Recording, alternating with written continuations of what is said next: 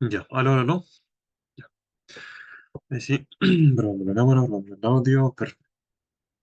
Ya. Bueno, vamos a proyectar la clase, la metí, y vamos a empezar esta segunda masterclass. Vamos a proyectar el tiro en la PPT.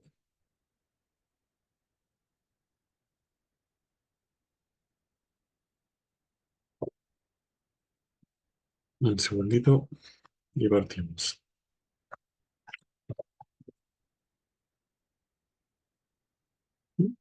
Ya. Bueno, y vamos a presentarla. Ok.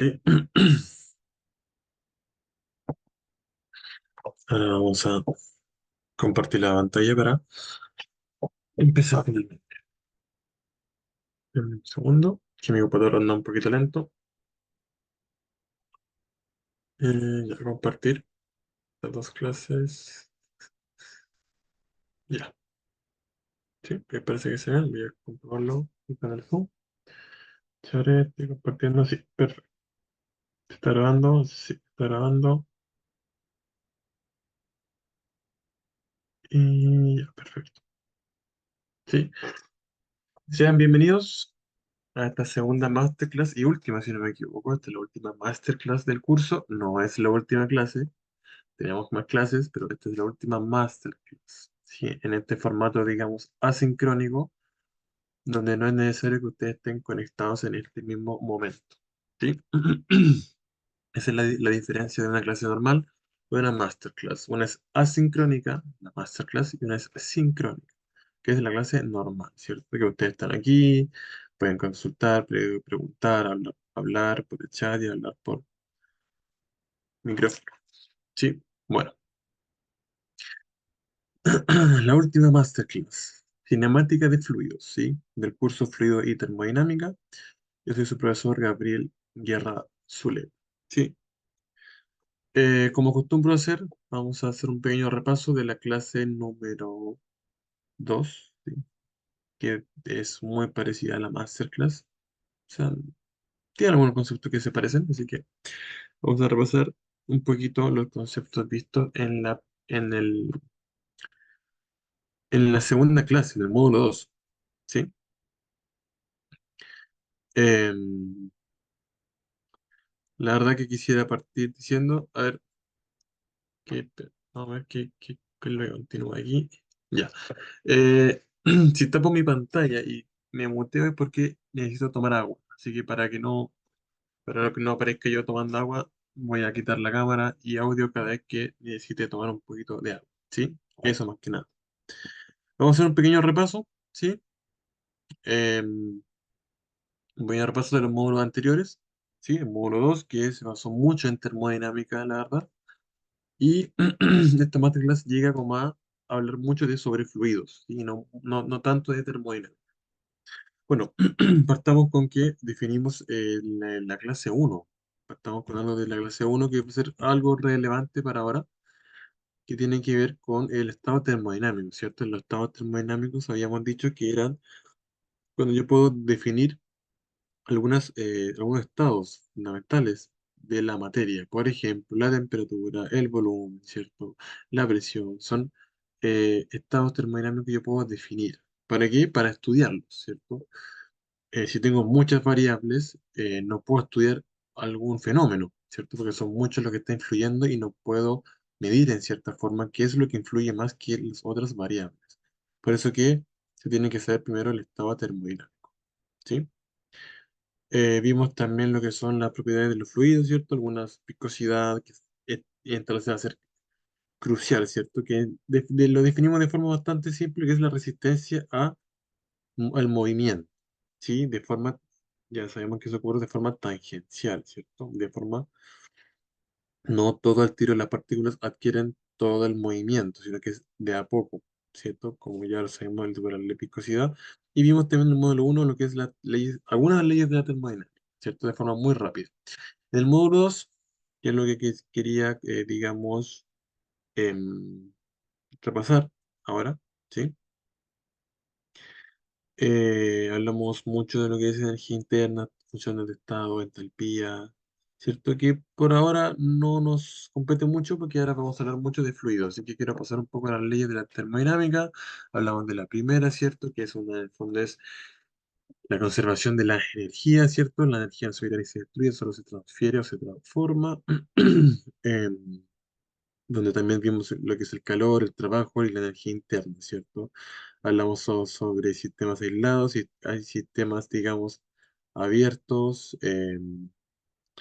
y básicamente el sistema abierto, ¿cierto? Está presente el intercambio de materia y de energía y en el sistema cerrado, ¿cierto? Solamente está la transferencia de energía y no de materia. Sí, eso lo vamos a ver un poquito el día de hoy, de forma bien breve. Hablamos de la segunda ley de la termodinámica, dijimos que es un poco difícil de plantearla, pero se entiende, se puede englobar con em, que termodinámicamente hay reacciones que tienen que ocurrir en una dirección, ¿cierto? Y no son reversibles en cierta forma, como el ejemplo que ya les he mencionado sobre la taza de té, ¿cierto? El calor fluye desde el cuerpo más caliente al cuerpo más frío, por ende siempre el calor de una taza de té lo va a ceder al exterior, al aire que está más frío, ¿cierto? Y se va a ir enfriando, pero nunca va a ocurrir que el aire ceda calor a la taza de té para que se caliente, ¿cierto? Eso no va a ocurrir. También dijimos el ejemplo del cubo de hielo también, ¿cierto? Eso con respecto a la segunda ley, que introduce también el concepto de entropía, que para efectos prácticos se va a significar caos. En la definición que está en su documento, eso va a significar entropía para este curso, ¿sí? Ley cero de la termodinámica, también algo se aprecia en el documento que se establece y básicamente es cuando hay tres cuerpos en un sistema cerrado y dos no están interaccionando entre ellos, pero sí interaccionan con el tercer cuerpo, va a llegar un momento de tiempo que los tres cuerpos tengan la misma temperatura, ¿cierto? Y eso es la tercera ley de la termodinámica. Pero la ley cero, la tercera ley establece en cierta forma que no se puede llegar al cero absoluto de ninguna forma. Y de hecho no se ha podido llegar y no se va a llegar nunca al cero absoluto. Sí se han llegado a temperaturas muy cercanas, 0,000 y algo Kelvin, pero nunca va a ser cero eh, absoluto. ¿Sí? Y en cierta forma también pasamos un poco de lo que es el principio de Pascal, ¿cierto? Sobre la prensa hidráulica, que es yo presiono un fluido que está en vasos comunicadores, ¿cierto? En un sistema de vasos comunicadores, si yo ejerzo una presión en algún lado del fluido, esa presión va a ser la misma en toda la superficie del líquido dentro de todo el vaso comunicador, ¿cierto? Eso así, a grandes rasgos, o sea, fue lo que vimos en la clase número 2, ¿sí? Eso básicamente, no, no mucho más que eso, hay otro concepto que definimos, pero no vamos a verlos el día de hoy, así que vamos a pasarlos un poquito rápido. Fluidos y termodinámica, partamos con la clase Masterclass número 2 finalmente, ¿sí? De más está decir, ya que no es algo asincrónico, si usted tiene dudas y consultas, ¿cierto? Con, con esta temática, voy a mandar un correo, ¿cierto? Resultados del aprendizaje. Conocer los conceptos asociados a este módulo para luego aplicarlo. ¿Sí? Vamos a ir viendo varios conceptos, vamos a ir hablando, introduciendo algunas cosas nuevas, ¿cierto? Y al final vamos a aplicarlo con algunos ejercicios y vamos a realizar otro ejercicio que la verdad creo que no está muy bien explicado, creo que hay un pequeño error. Sí, lo vamos a realizar nosotros, ¿ya? Tiene que ver con el diagrama de Moody, ¿sí? Estructura de la sesión. Sí. Introducción, concepto de aplicación. Se me queda un poco chueco ahí la aplicación. Y cierre de la clase. ¿Sí? Vamos a mover esto aquí, para arriba. Ahí sí. ¿Está transmitiendo, cierto? Gracias. ¿Está transmitiendo? Sí, perfecto. Eso, lo de máquina lo mismo de siempre. Sí, una pequeña introducción. Vamos a ir después viendo los conceptos, las aplicaciones, ¿cierto? Y el resumen de la clase.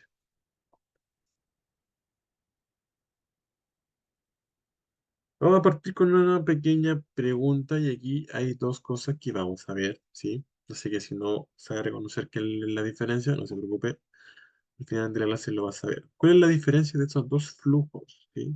¿Cuál es la diferencia? Los dos son agua, por si acaso, ¿sí? El agua está al lado izquierdo y el agua al lado derecho. Los dos son llaves, digamos, o el agua sale de una tubería, podríamos decir. ¿Sí? Y lo vamos a ir viendo. Lo vamos a ir viendo durante esta clase. Ok. Partamos con que, ¿cierto? Hay métodos para calcular el movimiento de los fluidos. ¿Sí? Hay dos métodos, el de Lagrange y el método de Euler. ¿Sí? Para estudiar, a ver, esto aplica, lo que les voy a comentar aplica para todo orden de cosas. Todo lo que se investiga siempre se parte de la idealidad, todo, todo, todo. Incluso la termodinámica también. Entonces, para calcular, siempre vamos a asumir ciertas cosas que nos van a beneficiar, porque si hiciéramos un cálculo basado en lo que es 100% real, es imposible. En la realidad hay demasiadas variables que no podemos controlar y que quizás ni siquiera podamos manejar. Así que no podemos imaginar todas las variables que influyen en un fenómeno que esté sucediendo. Para estos métodos se consideran estas tres condiciones. Líquidos incompresibles, líquidos ideales, ¿sí? Se desprecia la pérdida de carga, que también es algo que ya vamos a ver, y el flujo de los líquidos se supone estacionario o régimen estable.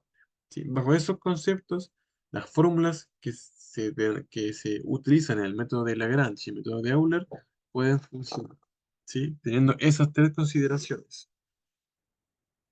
Entonces, método de Lagrange establece que existe, a ver, es una comparación del punto, ¿sí? De la posición con el tiempo, ¿sí? Y Euler establece una relación entre la velocidad del fluido versus el tiempo, ¿sí? A su derecha hay un esquema, un gráfico, eh, digamos que es, podríamos decir que es el plano cartesiano, ¿cierto? Con sus tres ejes, X, Y y Z, y el punto rojito van a ser la posición de la partícula, ¿sí? Aquí está graficado lo que es el método de Lagrange, que, que establece, o sea, que compara la posición versus el tiempo, ¿sí? Y quería también comentar que aquí ven ustedes que hay una B corta, una X, coma y una T. No sé si se entiende eso. Si no se entiende, lo vamos a trabajar ahora, porque es algo que quizás lo más probable es que no lo hayan visto solamente aquí, sino que también lo hayan visto en otras asignaturas. Y entonces yo lo quiero, más que nada quiero que sepan cómo se lee de eso, la verdad. Esto es un pequeño paréntesis para que se entienda, porque quizás han visto eso muchísimas veces y quizás no lo han visto como corresponde, quizás. Ya, ahí está. Aquí tenemos un pequeño ejemplos. Lo vamos a agrandar. Esto es como una pizarra, pero sí pizarra. Un poco extraño. Ya, ok. Esto es exactamente. Vamos a. ¿Qué es lo que vamos a hacer? Vamos a hacer lo siguiente para entender qué es eso que está ahí. Vamos a primero a leer esto de acá. F de X, ¿cierto? La típica F de X igual a algo, ¿cierto? La función. Significa esa F de X? Que existe una función F que depende de X. Listo, nada más que eso. Abajo, F de XY. ¿Qué quiere decir eso? Que existe una función F que depende de X y de Y. Abajo, F de X, Y y Z. Una función F que depende de X, de Y y de Z. Abajo, ¿qué es esa función? Es una función M que depende de X, de Y y de Z. Abajito, una función J que depende de A, de B y de C. Así se lee esa simbología, por así decirlo. Entonces, ¿qué es lo que tenemos ahí? Tenemos una V de x, t. ¿Qué quiere decir eso? Que mi función b va a depender de x y de t. Pero llevándolo, vamos a borrar aquí esta parte de acá. Pero llevándolo a lo que es lo que estamos viendo ahora, la velocidad, esa función v es velocidad. ¿Qué me quiere decir eso? Que mi velocidad depende de mi x y de mi t. ¿Qué es x? Es posición. ¿Y qué es t? Es tiempo. Mi velocidad depende de la posición y del tiempo. Como ustedes sabrán, la velocidad es distancia dividido en tiempo, ¿cierto? Pero aquí tenemos una posición. Y obviamente es difícil si yo estoy de tener la fórmula de velocidad es distancia en el tiempo, ¿cierto? Es difícil hablar de distancia si no hablamos de posición. Así que, por ende, en este caso, o sea, queda mejor hablar de posición que de distancia, ¿sí?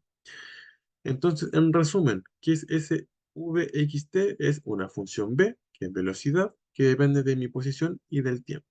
¿Sí? Eso más que nada. Eso es lo que quería explicar un poco, para que se entienda que me imagino que eso lo han visto varias veces, no solamente con la v, ni con x, ni con t, sino que quizá con más variables. ¿Sí? La diferencia es que uno toma la posición inicial versus el tiempo, que es el método de Lagrange, y el otro toma la velocidad versus el tiempo. ¿Sí? Los dos son métodos viables, los dos se pueden utilizar. Vamos a volver aquí a la pantalla completa. Ya se explica un poco esa parte. Y en resumen, la Lagrange es un poco más complejo, se tienen que ser más, sirve para muchas cosas, pero se tienen que hacer también otras consideraciones y métodos de Euler se puede alcanzar, digamos, lo mismo de otra forma. ¿Sí? Y también quisiera explicar algo que quizás no se entiende mucho de repente leer esto de forma como de un libro, realmente es un poco complejo de entender. ¿Sí? Y esta imagen está sacada de su de su apunte que le entrega IPP. Quise poner la mayor cantidad o sea, para explicar las cosas, quise utilizar las mismas imágenes del IPP para decir así cuando usted vuelva a leerlas, o si no las ha leído cuando las lea, no vea otras imágenes, sino que usemos las mismas, ¿sí? Para explicar lo que, eh, lo que está en su documento. Dice, en la siguiente imagen podemos ver un tubo de corrientes con líneas de corrientes tangentes al vector de velocidad en cada instante. ¿Qué significa eso? Todas esas líneas, ese punto, ¿cierto? Nace de ahí, de ese punto nace una línea, ¿cierto? Que son las líneas de corriente, ¿sí? Y llega hasta el final del otro punto, hasta esa fecha que está como media gris, ¿sí? Líneas de corriente, ¿sí? La línea que va desde punto aquí a punto acá es una línea de corriente. ¿Qué son esas flechas que salen de ahí? Ese es el vector de la velocidad. La velocidad es donde está apuntando la velocidad, ¿sí? Pero a ver, la línea de corriente no va a seguir. ¿Dónde quedó el cursor? Me lo meto. La velocidad, o sea, la línea de corriente, el fluido no va a seguir la misma dirección que la velocidad. La velocidad va a seguir para allá. Y el vector de velocidad va a seguir para allá, ¿sí? De forma tangencial. ¿Qué es tangencial? Cuando choca solamente en un puro punto, ¿sí? Vamos a buscar una imagen tangencial. ¿Sí? Espérame un poquito. Tangencial, tangencial. Esto es una tangencial.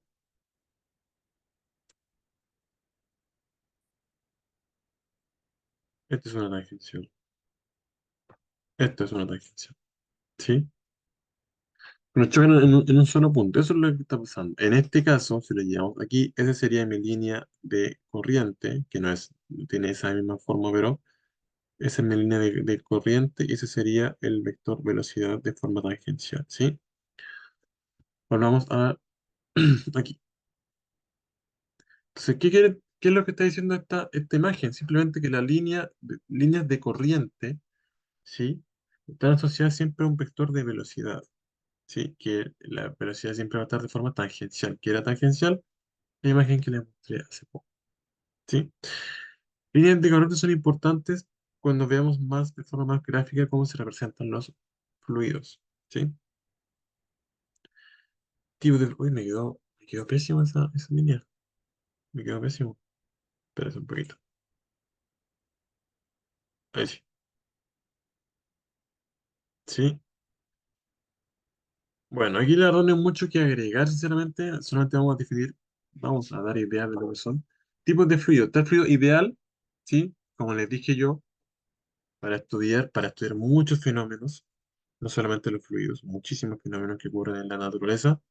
Primero se ve siempre desde un punto de vista ideal. ¿Qué quiere decir eso? Por ejemplo, en lo que son los fluidos que no presente viscosidad. Es un fluido ideal. No presenta viscosidad, por ende no presenta resistencia al movimiento. ¿Sí? Fluido real. Sí se toma en consideración la viscosidad. Ahí estamos tomando la consideración. Y por ende, obviamente, eso va a afectar el tipo de fluido. ¿Sí? Si es un fluido ideal, la verdad no tengo cómo distinguirlo de otro. ¿Ya? Porque prácticamente la viscosidad es una de las propiedades de los fluidos. ¿Sí? Cada fluido tiene una propiedad diferente, distinta. ¿Sí?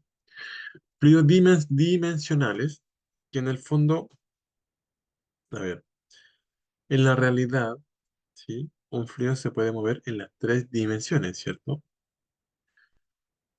Y básicamente los estudios que se van a usar, porque vamos a utilizar, van a ser en estas tres dimensiones. ¿Hay consideraciones donde yo puedo trabajar con dos? Sí, se puede hacer, dejando una de las dimensiones como fijas, ¿cierto? Pero por lo general no es, por lo general siempre la vamos a encontrar en tres dimensiones, ¿sí? Y flujo estable. Así que ya vamos a ver lo que es eso, ¿sí? Ya aquí creo que me adelanté un poco. Sí, justamente. Me adelanté un poco. A ver, espérate un poquito. Ya. Vamos a ordenar un poquito. Creo que está un poco desordenado. Debería ir acá. Deberíamos cerrarlo, dirección. Está ahí. Ya, ahí sí. Lo siento, lo siento. Ahora sí que sí. Ok, número de Reynolds y turbulencia en flujos. Ok, para hablar del número de Reynolds, sí o sí tenemos que definir primero lo que es la turbulencia y el flujo laminar. Sí, dejamos ver un poquito aquí. Ahí sí. Entonces, vamos a partir, ¿sí? En el flujo laminar, ¿cierto? Las partículas de fluido se mueven en capas paralelas, ¿sí? Sin mezclarse ni generar turbulencia. En el flujo laminar, las capas de fluido se deslizan suavemente una sobre otras, como lo muestra en la imagen, ¿cierto? Son todas paralelas, no se están tocando una con la otra, son todas van hacia una misma dirección de forma paralela. Se deslizan de forma suavemente una sobre otra y las partículas se mueven a lo largo de trayectorias uniformes y predecibles, lo que en cierta forma podríamos decir que son las líneas de corriente, ¿sí? ¿Se acuerdan las líneas de corriente que vimos anteriormente? Ya. Esa podríamos decir que por ahí, esa trayectoria uniforme y predecible son las líneas de corriente. ¿Sí? ¿Por qué predecible? Porque yo sé que van a seguir, son paralelas, no se van a tocar y van a seguir hasta que cambien su dirección. ¿Sí? Este tipo de flujo es común en situaciones donde el fluido se mueve a baja velocidad, ¿sí? Y en tuberías o conductos de tamaño reducido. También se presenta este tipo de flujo en los fluidos con una viscosidad alta. Sí, también suelen tener un flujo laminar los fluidos que tienen una viscosidad alta. ¿Sí? Entonces yo, bajando la velocidad y aumentando la viscosidad, puedo hacer que un flujo, de cierta forma, se vuelva laminar. ¿Sí? Todo lo que vamos a estar hablando, por lo general, siempre va a estar en tuberías o conductos de tamaño o tipo manguera, tuberías, ¿cierto? Cañerías también puede ser.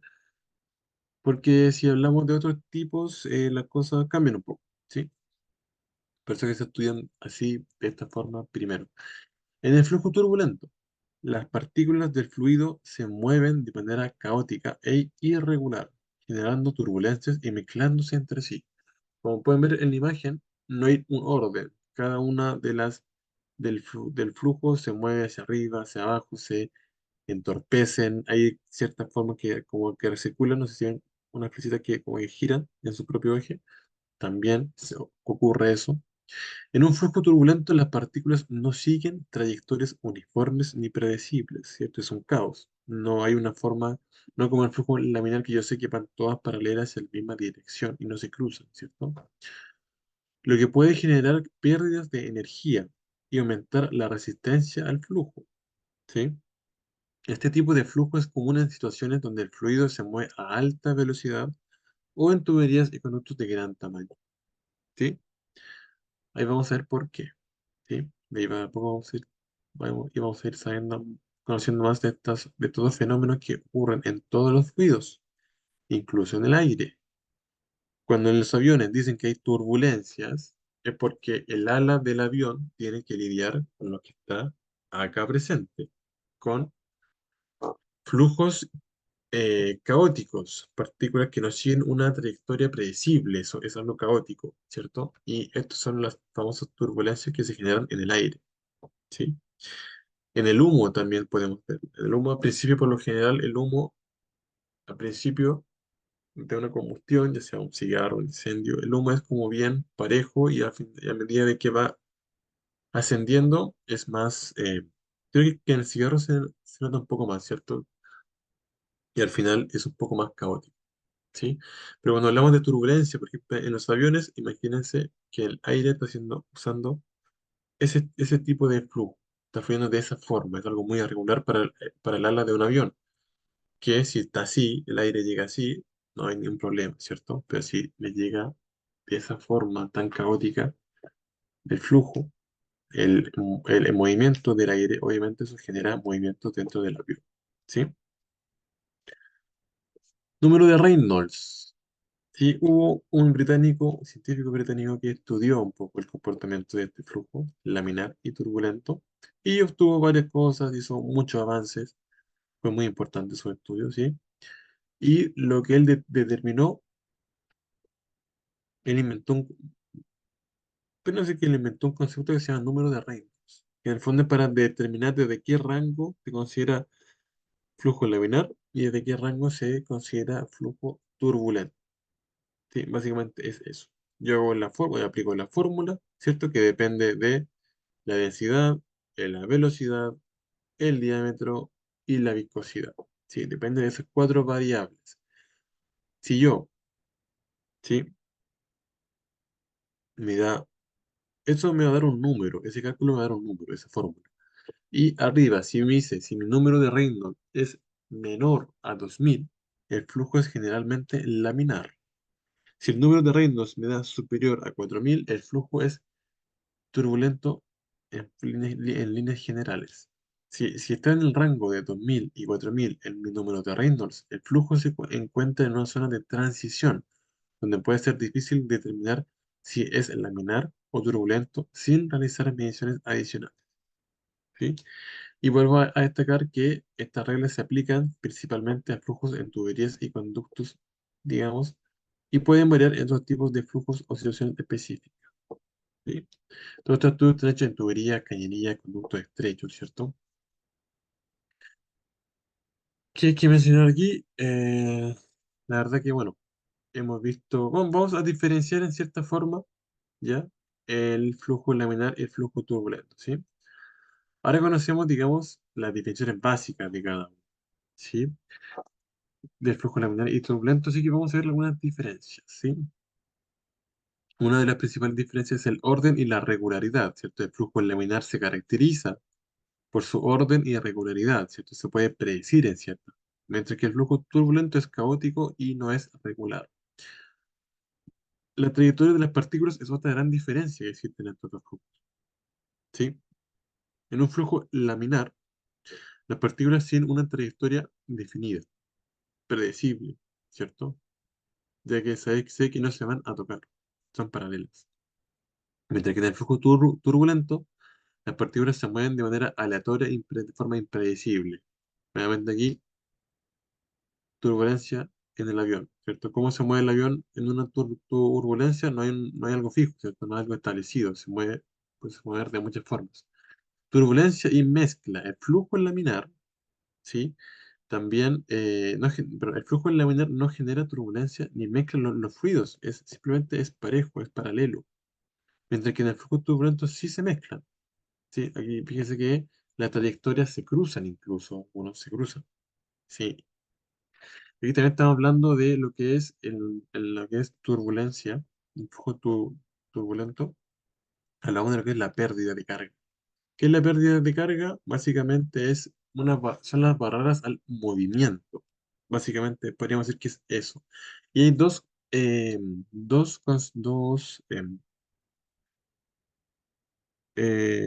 factores, ¿sí? Hay dos factores que tenemos que considerar. Uno, el mismo flujo turbulento, porque como las partículas se están molestando entre ellas, y como, por ejemplo, se ve que aquí las líneas se cruzan, se molestan, se estorban, ¿cierto? Hay como una que se devuelven, ¿cierto? Eso genera un impedimento al movimiento. Estoy perdiendo fuerza, ¿sí? Y el otro factor que tenemos que considerar es el roce de la cañería, la fricción con la cañería o con el medio que tengamos, ¿sí? Una tubería más lisa, ¿cierto? Va a hacer que el flujo, de cierta forma, corra más rápido, ¿sí? Y una tubería más, eh, más porosa, ¿sí? Va a hacer que, obviamente, el flujo sea más lento, que van a ser más barreras al movimiento. Ya que estamos hablando de cañerías, tuberías, agua, flujos. Toca hablar de lo que es la corrosión un poco. Vamos a hacer un pequeño paréntesis. Esto no es parte de lo que es la materia en sí, pero ya que estamos aquí, es importante mencionar ciertos aspectos relevantes porque tienen mucho que ver con este tema. La corrosión. La corrosión, ¿sí? Vamos a hablar específicamente de lo que es la corrosión en aguas, ¿sí? Cuando un agua pasa por cañerías, ¿sí? Cuando las aguas pasan por la cañería o por alguna tubería, ¿cierto? ¿Qué es lo que pasa? Obviamente el agua sucia lleva sedimentos, ¿cierto? Lleva sedimentos, lleva partículas, lleva polvo y lleva partículas, que estas partículas, ¿sí? Se pueden ir depositando en la tubería, ¿cierto? Por ejemplo, aquí mi agua está circulando, ¿cierto? Y lleva partículas. Esas partículas se van a ir, de a poco se van a ir depositando en la tubería, se van a ir sedimentándose y se van a ir. ¿Qué es lo que genera eso? Bueno, eso genera que el diámetro de mi tubería cada vez vaya achicando más. ¿Sí? Por el contrario, aparte de eso, aparte de que hay material que se puede sedimentar en la tubería, el agua de repente también lleva muchas sustancias tóxicas o corrosivas o ácidas, que van a hacer que mi cañería, mi tubería se vaya deteriorando, la vaya desgastando, hasta incluso se pueden generar, digamos, accidentes, se pueden generar agujeros en las cañerías y se van a romper. ¿Sí? Entonces, por un lado tengo un factor que me desgasta mi tubería y por otro lado tengo el factor de sedimentación que en cierta forma me protege mi tubería. Si se pone una capa de sedimentos, ¿sí? El agua ácida que está circulando por ahí o el agua corrosiva que está circulando por ahí no va a entrar en contacto con la tubería porque va a haber una capa de sedimento, ¿sí? Una capa de sedimento, entonces no va a estar en contacto con la cañería. Por ende, sobre todo en los tratamientos de aguas, manejar este equilibrio, ¿sí? De que el agua no esté en contacto 100% con la tubería y que se formen sedimentos para proteger esa tubería es importante. O sea, eso se ve, sobre todo se ve con la velocidad del flujo, ¿sí? Si se empieza a sedimentar la tubería, si esas partículas, esos polvitos, esas partículas sólidas que están, se empieza a sedimentar, me va a proteger mi tubería de la agua ácida. Pero también, si se sedimenta mucho, tengo que tener cuidado de que se me está produciendo el diámetro, que también es muy peligroso, porque eso va a aumentar la presión en otras partes de la tubería y también puede ocurrir un accidente. Así que eso, hay que tener mucho cuidado. Hay un equilibrio ahí que hay que mantener entre la sedimentación y la corrosión. ¿sí?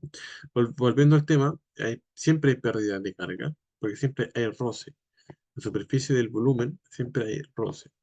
Y hay un concepto que también me gustaría aclarar, pero lo vamos a dejar para el final, ¿ya? Lo vamos a dejar para el final.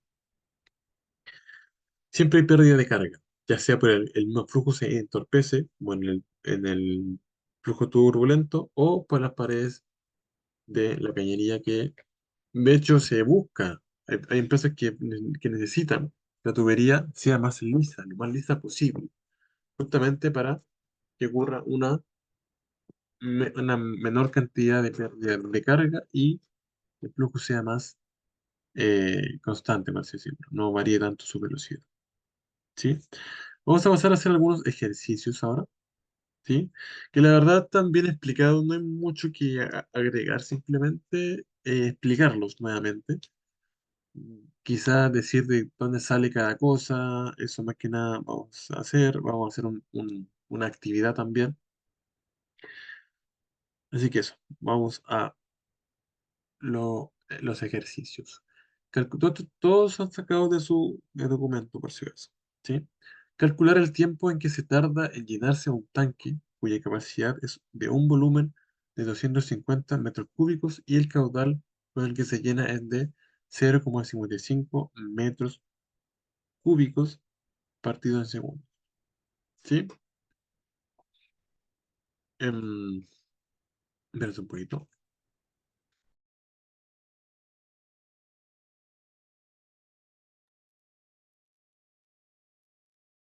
Ya. Datos. Me dan mi volumen, 250 metros cúbicos. Me dan mi caudal, ¿cierto? 0,55 metros cúbicos por segundo. Y ya conozco mi ecuación de caudal, ¿cierto? Hay un caudal másico y un caudal volumétrico, ¿cierto? Vamos a usar aquí lo que es el caudal volumétrico. Mi fórmula para medir un caudal, ¿cierto? Es caudal es igual al volumen en el tiempo, ¿sí? Pero aquí no me están preguntando el caudal, me están preguntando el tiempo que se demora, ¿sí? Por ende, despejo mi variable de tiempo. T va a pasar, T pasa para acá dividiendo, ¿cierto? Pero multiplicando, ¿cierto? Y Q, que está multiplicando a la... No, esto ni vamos, ahí está. La T pasa dividiendo, ¿cierto? Hay un cambio, ¿cierto? Y voy a entender que mi tiempo va a ser igual a mi volumen partido por mi caudal, ¿sí? Hago la división, mi 250 partido por 0,55, y le agregaron ahí un 5 de más, y me da, se eliminan, ¿cierto? Mis metros cúbicos y me queda todo todo en segundos, ¿cierto? Pero como 454,5 segundos no se nos viene a la mente muy bien cuánto tiempo es, lo pasamos a minutos, lo dividimos por 60 y lo pasamos a minutos y dice que se demora en llenar el tanque con ese caudal en 7,55 minutos, ¿sí? Entonces, con un caudal de 0,55 me demora 7,5 minutos en llenar 250 metros códigos. ¿Sí? Eso es lo que quería mostrar. La verdad, los ejercicios se entienden creo que por sí solo. Es solamente una fórmula, es aplicarla. No hay mucho misterio, sinceramente, en los ejercicios. Lo que viene ahora es interesante, ¿sí? Porque yo estoy seguro que quizás más de uno lo vio y se dio cuenta de que no calzaba mucho el ejercicio, el enunciado, con el desarrollo de este ejercicio. De partida porque dice que hay una línea naranja y en la tarea no hay ni una línea naranja. Hay una roja, sí, y una azul también, pero no calzan mucho las cosas. Así que lo que vamos a hacer es hacerlo nosotros, el ejercicio. Creo que me tengo que salir de eso para que podamos, aquí vamos a insertar, vamos a dibujar un poquito, ¿ya? ¿Cómo está esa línea? Se ve bien poco esa línea. Vamos aquí a retroceder, vamos aquí a buscar algo, espérense un poquito. Mm. Ya, creo que lo puedo hacer así, espérense.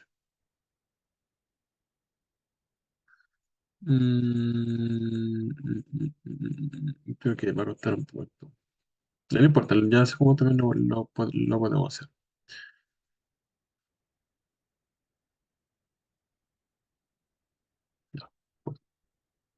Ok, dice, calcular calcular el factor de fricción de Fanning utilizando el diagrama de Moody para un Reynolds de 1.10 por 1.5 por D elevado a 5 y un E partido por D de 0,00006. O eso si ven, lo podemos decir como la em, rugosidad relativa del material.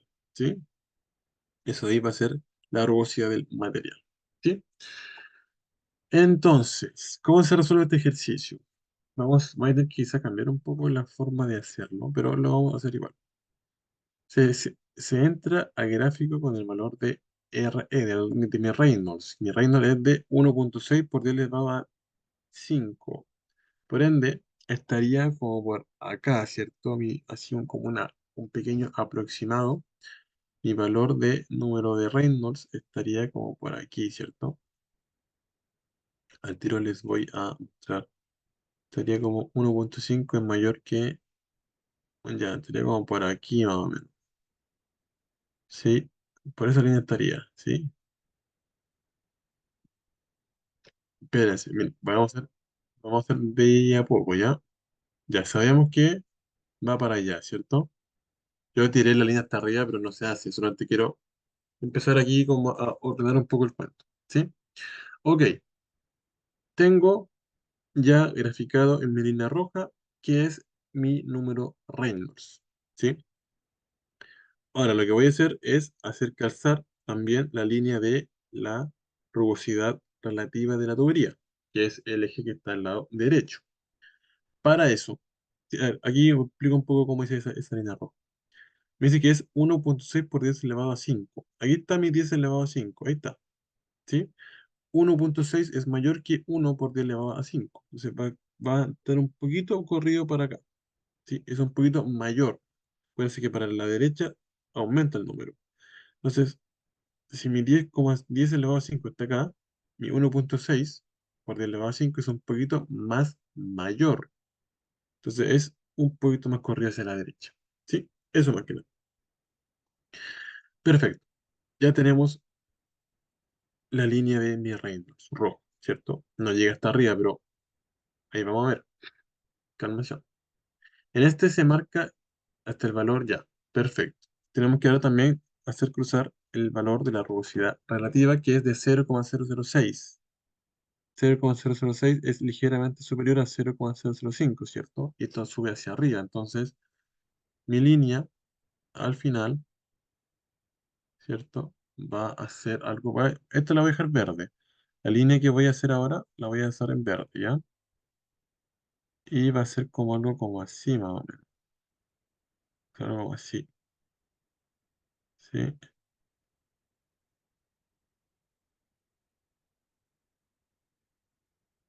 Ya. Ahí, digamos, hice calzar las dos líneas, ¿sí?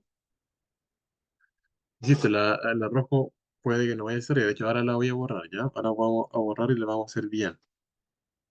Voy a dejarlo listo todo esto. Espérense un poquitito. Espérense cómo lo vamos a hacer aquí. Ya. Ese es el punto que chocan, ¿cierto? Vamos a borrarlo aquí. Pero vamos a dejar eso ahí. Este lo vamos a borrar. Este quiero que quede. Espérenme un poquitito, por favor. Espérenme un poquitito, por favor. Se me complicó aquí. Se me complicó. No, ya, ahí estamos. Espérense un poquitito. Entonces, vamos a limpiar un poco esto. Línea verde. Corre por aquí, ¿cierto? Y mi línea roja corre por más o menos por aquí. Ya, ahí está, ahí está. Y nos falta una línea, ¿cierto? Vamos a borrar todo. Vamos a borrar esto aquí. Si esto calza ahí mismo y esta aquí está más limpia, ¿cierto? Ya, perfecto.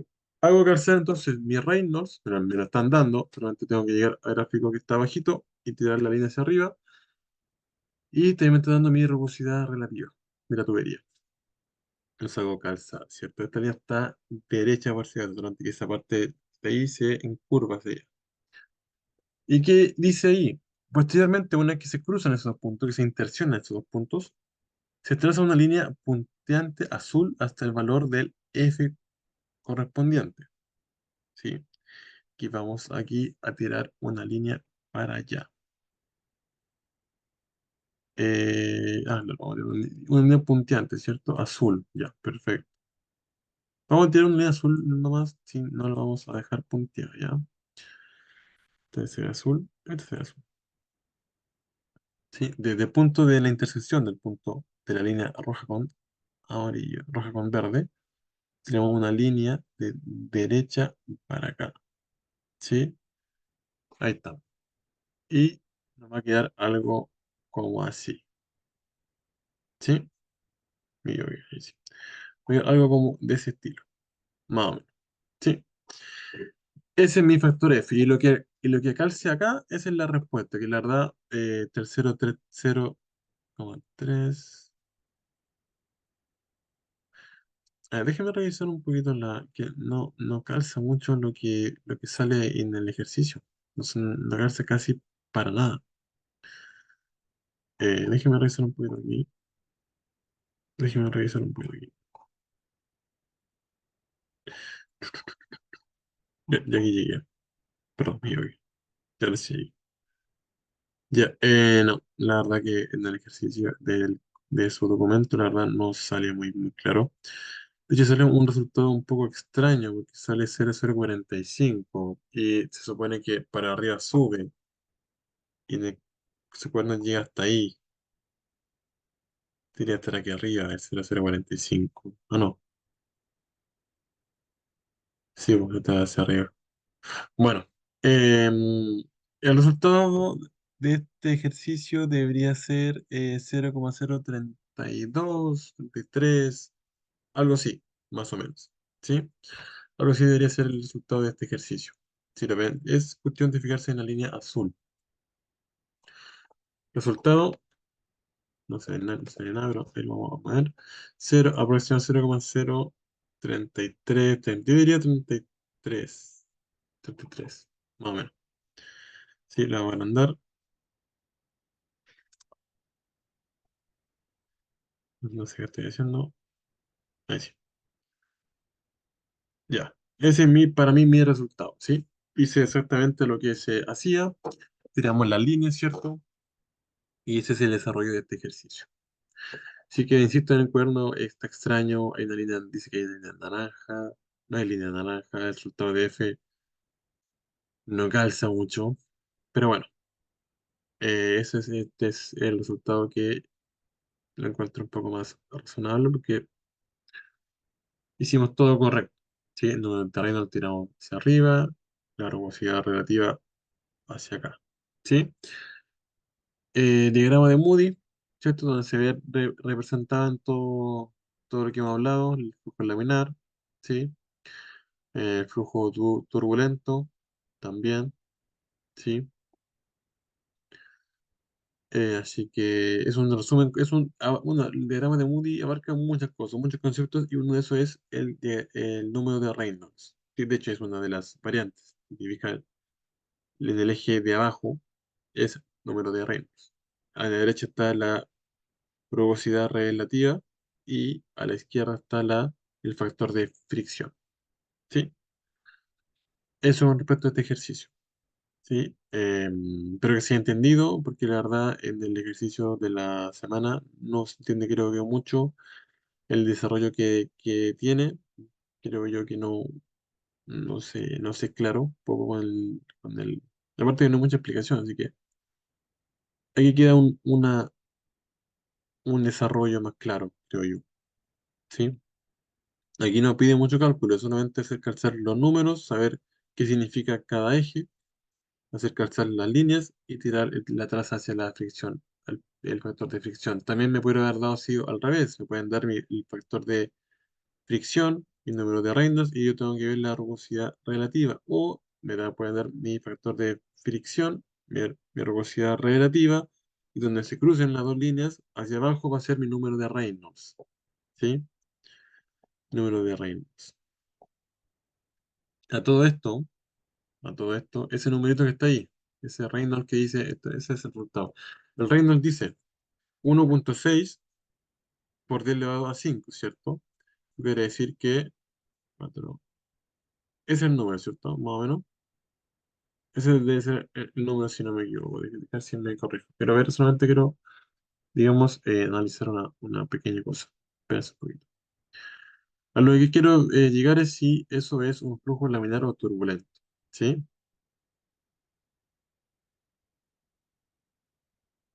Claro, está bien. ¿Sí? Eso, según la tablita de Reynolds, dice que es mayor a 4000, entonces es muy turbulento, ¿cierto? Porque supera muchísimo los 4000. Entonces, ya resolvimos este ejercicio. Creo que salimos de la duda. Era que no creo que había que aclarar ciertas cosas, así que espero que se hayan aclarado. ¿Sí?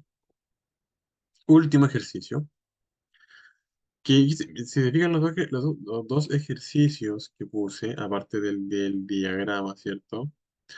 Aparte del diagrama, son ejercicios, a ver, preguntarle directamente por el número de Reynolds es como extraño, o sea, de llegar y aplicar. Estos, por último, tienen cierta más complejidad y quizás también son más aplicables, ¿cierto? Calcular el tiempo de llenado puede servirle y el diseño de una tubería también es muy importante. Y eso es justamente lo que vamos a ver ahora. ¿Sí? Se quiere diseñar una tubería en el cual circule un caudal de 0,3 metros cúbicos por segundo y velocidad de 8 metros por segundo. ¿Cuál debiera ser el diámetro de la tubería? Ok, me dan mi caudal y me dan mi velocidad. ¿Sí? Dentro de las fórmulas de su documento encontrará una que es justamente para cálculos de caudales en tuberías o ¿cómo se dicen? En, en en una medida circular, ¿sí? En un transporte circular. ¿Y qué es la fórmula que está ahí? Ahora, ¿cómo se llegó a eso? ¿Por qué ese pi? Yo lo tenía, espérate, yo lo tenía aquí bien bonito, no lo tenía con pi. Ahí sí, ahí sí, ya.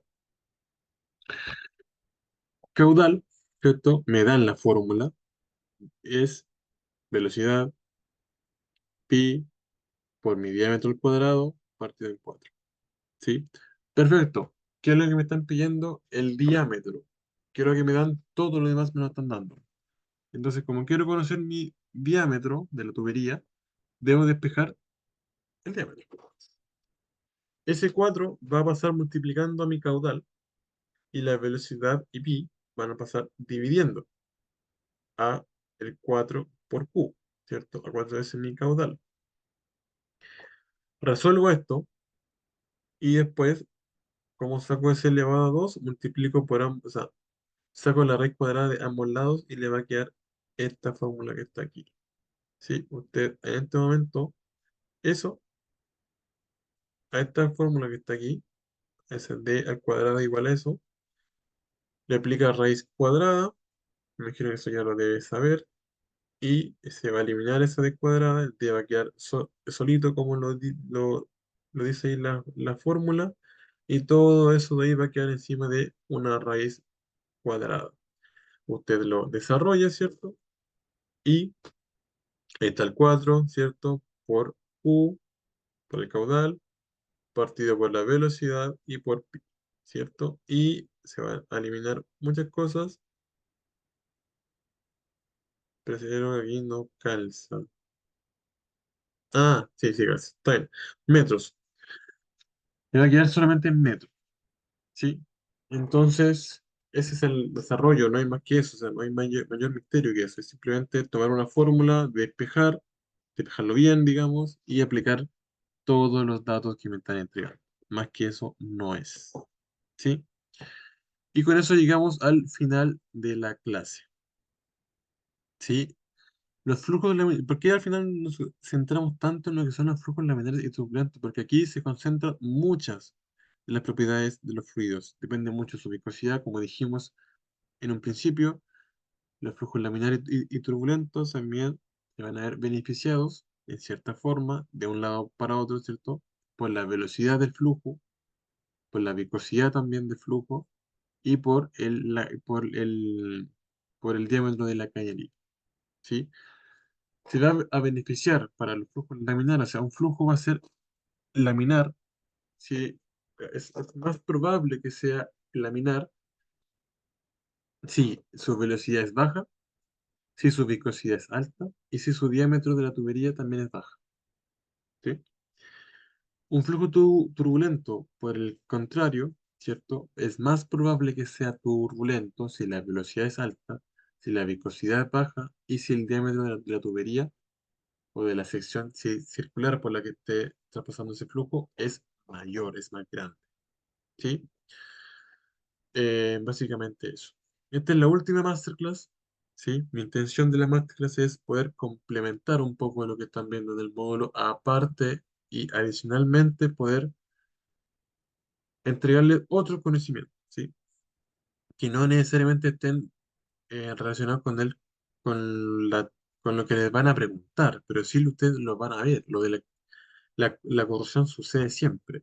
Siempre vamos a estar pasando lo de que es la corrosión, ¿sí? Volviendo a la pregunta inicial, ¿cuál es la diferencia? Bueno, básicamente uno es flujo laminar de forma que son, recuérdense, las corrientes de flujo son paralelas, no se interponen entre ellos, no se interfieren entre ellos, ¿cierto? Es un flujo que en cierta forma es predecible porque siempre no va a cambiar. Y en el otro lado tenemos un flujo turbulento, ¿cierto? Un flujo caótico, un flujo que no puedo predecir para dónde van las líneas de movimiento, ¿sí? Ejemplo de esto, las turbulencias de los aviones, ¿sí? El ala de un avión se va a ver afectado, obviamente, si el aire le llega de esta forma, algo tranquilo, la ala del avión va a ir, digamos, pasando, a ver, a ver,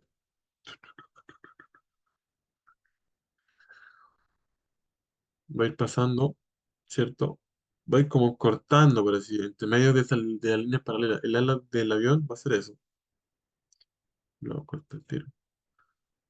Esto es el ala del avión. Va a pasar, el aire va a pasar y el ala del avión va a cortar, entre comillas, ¿cierto? Ese flujo laminar de aire, su flujo, ¿cierto? Su fluido. En cambio, aquí, ¿qué pasa con el ala del avión? Hace esto. Y el aire, que tiene fuerza el aire, por si acaso, el ala pasa por aquí y el aire le cae encima del ala, por debajo del ala, es impredecible todo el movimiento que se tiene. Por eso que ocurren las turbulencias, sigue estando en el aire, arriba, los aviones, ¿cierto? Es un ejemplo un poco de cómo se aplica lo que es este tema de la turbulencia, ¿sí? Bueno, chicos, eso ha sido todo. La masterclass del día de hoy. Espero que hayan aprendido algo, espero que les haya quedado más claro todo. Sobre todo el diagrama de Moody, que creo yo que era como lo más confuso quizá que podían em, ver. ¿Sí? Muchas gracias por su atención, muchas gracias por su tiempo. Espero que nos veamos. Le voy a decir al tiro cuando tenemos clase. A ver si tenemos clase. Creo que es el próximo lunes, si no me equivoco. El lunes 8, sí, si no me equivoco. Así que eso, espero que estén bien, espero que en la última masterclass que tenemos, espero que les vaya muy bien en la semana y nos estamos viendo, ¿sí? Voy a dejar de compartir aquí, dejar de compartir, ¿cómo dejo de compartir? Bueno, no importa. Que le vaya muy bien, le deseo lo mejor para esta semana.